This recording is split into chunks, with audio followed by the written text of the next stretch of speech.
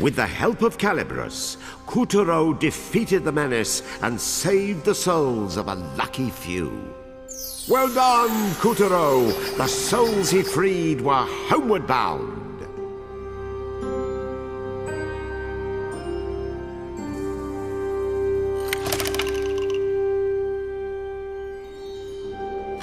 The Land of Time's clock tower had struck midnight, plunging all of Earth's children into an endless nightmare.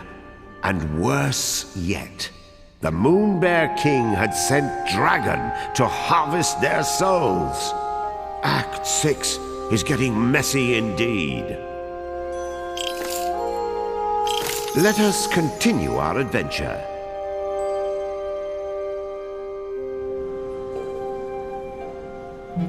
Dragon had been called forth from his celestial roost to bring judgment down upon all who dared to defy his ruthless master. And it was none other than Dragon who spirited away the souls of children each night on the tyrant's behalf. That's right. Dragon was part of the reason Kuturo got dragged into this mess in the first place. But now, the stakes were much higher. The souls of every last boy and girl on Earth.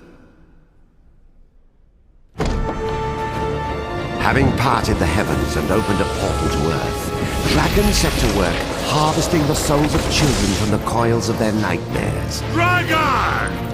Bring me those souls right now! I've never seen so many at once. If the Moon Bear King devours all those, we'll have a disaster on our hands. Not only will I not rule the moon, he'll rule the whole dark universe. Come on, Kuturo! Up to it! Stop that monster! Whoosh! Kuturo watched Dragon soar off with a host of children's souls in his wake.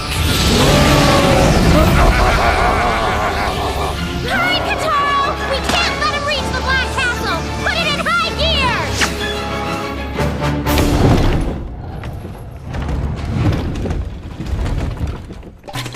With Picarina at his side, Kuturo hopped astride the newly emancipated Mr. Pink and raced after General Dragon. By some miracle, they caught up. We have... Hold on!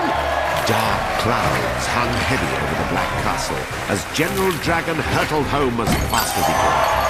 Mr. Pink skimmed along the dragon's back as Kuturo held on tight. I suppose now would be a good time to lay down the facts. Well, there's nothing to lay them on, but metaphorically speaking, you see, I'm primarily an academic. I look after a big clock for a living. Man, if I knew spicy food would shut him up, I would have ordered some buffalo wings hours ago. Dashingly, Mr. Pink leapt over Dragon's blade-like fins. Bolts of lightning struck and missed. Storm clouds shot in vain. Nothing could stop them as they raced up the writhing dragon's back to the heavens.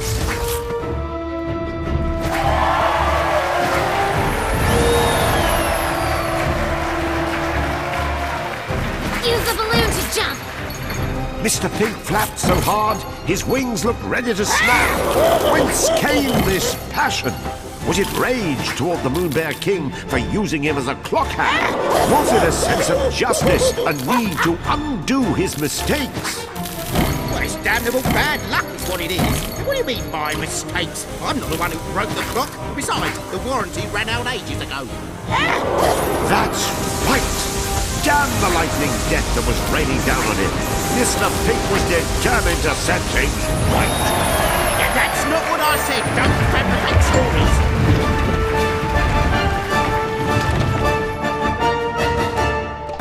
General Dragon tore across the sky with his sinister prize in tow. Soon, he would deliver all these children to his Oh, my gracious, lad, what have you done? Which is to say, what are you doing with my head? There can't be two of yours, truly, unless...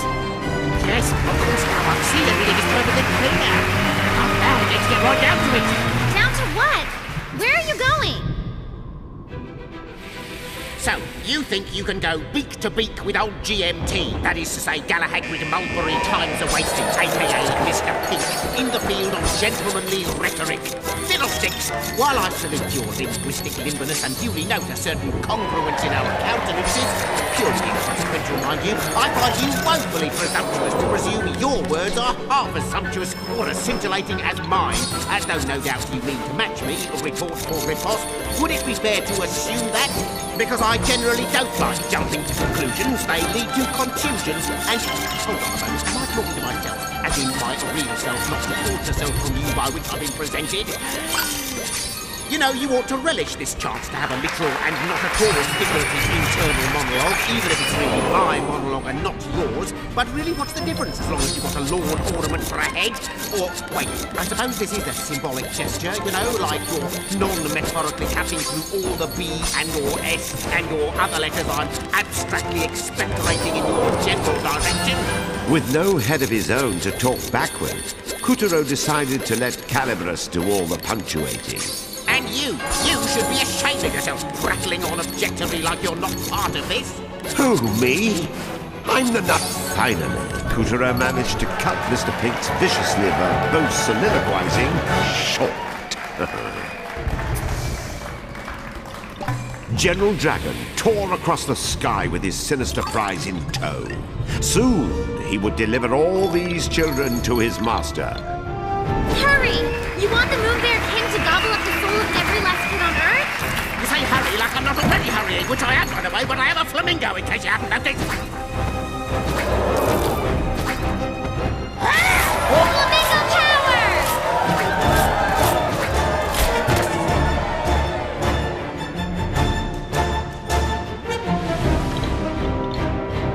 Hurry! You want the Moon Bear King to gobble up the soul of every last kid on Earth? You say hurry like I'm not already hurrying, which I am, by the way, but I am a flamingo, in case you haven't noticed. Flamingo power!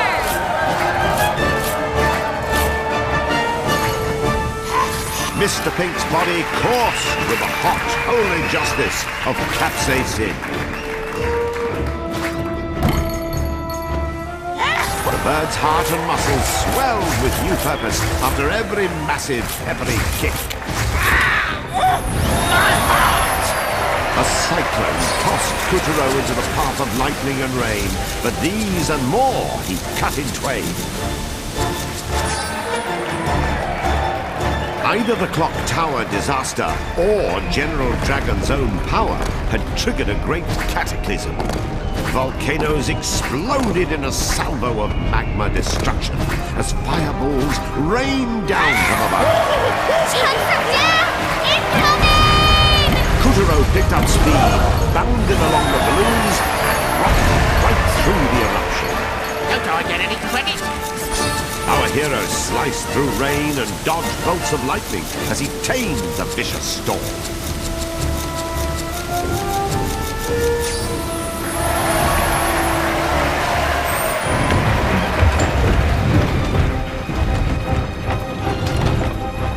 We need to get through these clouds! It's your head that's in the clouds if you expect me to fly when I can't even see where I'm going, which would be just like you, actually.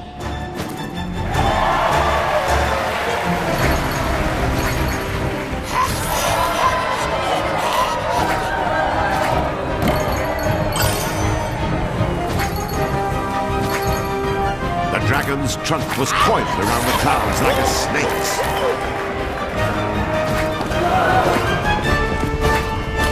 Meanwhile, the volcanoes had taken things up a notch. Fiery boulders smashed apart the clouds.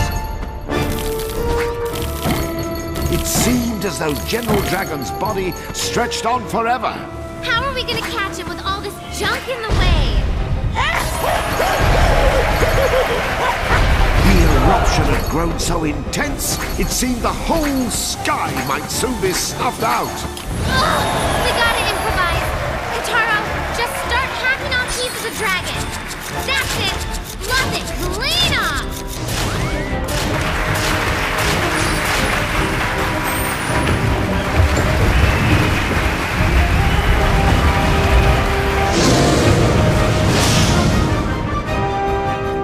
Only once Kuturo had done a little surgery did the proud and powerful dragon finally Did you give him the seriously time just of cut day. off my tail?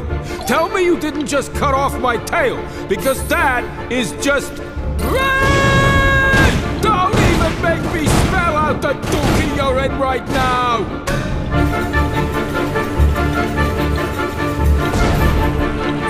I got more trunk where that came from! Got him!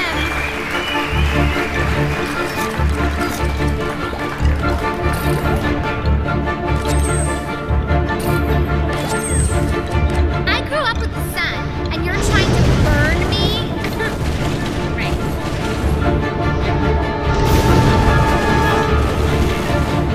Yeah, right. I'll just smash you instead.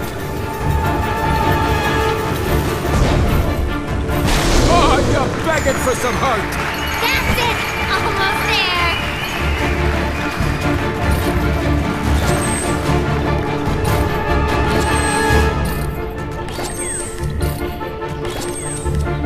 Our hero dodged searing balls of fire and danced between dragons' razor-sharp scales as they battled atop the clouds.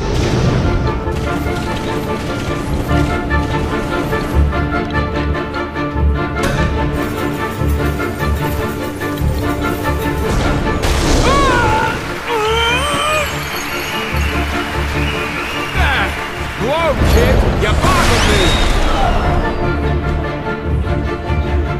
He's on the run! Cut along his body to catch up!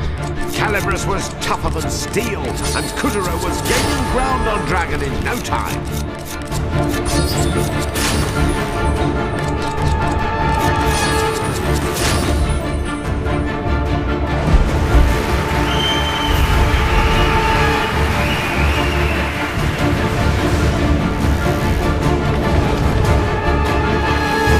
I said beat it! Hey! Yeah, go ahead and run. You're just too chicken to fight Kataro, coward. You wanna just let me finish this job for the Bear Father, huh? I just gotta drop off these souls, and then I can tear you into weedy little pieces, okay? Kataro, drag his body down! Oh, you're begging for some hurt! Almost there!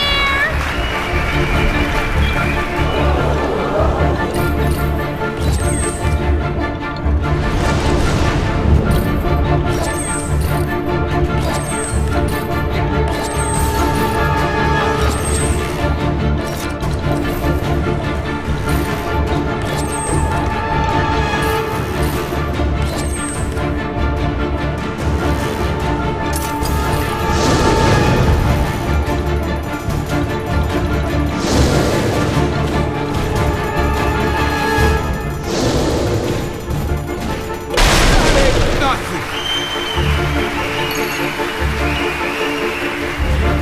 Oh, you're really busting my scales here!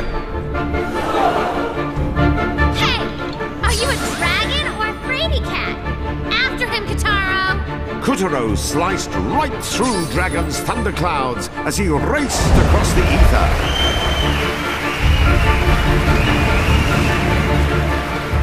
This is my sky! My clouds! You don't get to be a wise guy with me! Oh, great! Now we've upgraded to full-on dragon breath. Ugh.